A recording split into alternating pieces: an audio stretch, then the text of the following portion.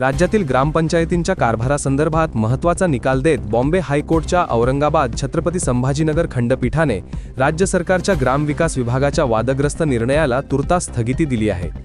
मुदत संपलेल्या ग्रामपंचायतींवर पुन्हा जुन्याच सरपंचांची प्रशासक म्हणून नियुक्ती करण्याच्या निर्णयावर न्यायालयाने तीव्र आक्षेप घेतला आहे।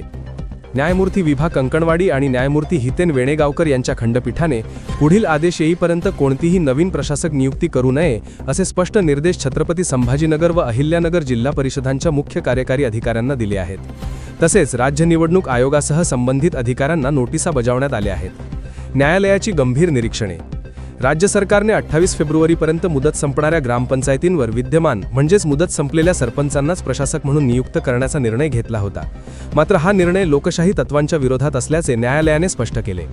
न्यायालयाने नमूद केले की ग्रामपंचायत ही स्थानिक स्वराज्य संस्थेची मूलभूत एकक आहे। मुदत संपल्यानंतर लोकप्रतिनिधींना प्रशासकीय अधिकार देणे हे घटनात्मक तत्वांशी विसंगत आहे। निवडणुका वेळेत न घेणे म्हणजे लोकशाही प्रक्रियेचे उल्लंघन होय। खंडपीठाने राज्य निवडणूक आयोगाला निवडणूक प्रक्रिया तातडीने सुरू करण्याचे निर्देश दिले। याचिकाकर्त्यांनी असा युक्तिवाद केला की सरकारचा निर्णय हा निवडणुका टाळण्याचा प्रयत्न असून तो संविधानाच्या 73व्या घटनादुरुस्तीच्या भावनेविरुद्ध आहे। न्यायालयाने या मुद्द्याची दखल घेत निवडणुकीस विलंब न लावण्याचे स्पष्ट संकेत दिले। या निर्णयामुळे राज्यातील अनेक ग्रामपंचायतींमध्ये प्रशासकीय अनिश्चितता निर्माण होण्याची शक्यता आहे। सरकारला आता निवडणुकांचे वेळापत्रक जाहीर करावे लागणार असून राज्य निवडणूक आयोगाची भूमिका निर्णायक ठरणार आहे।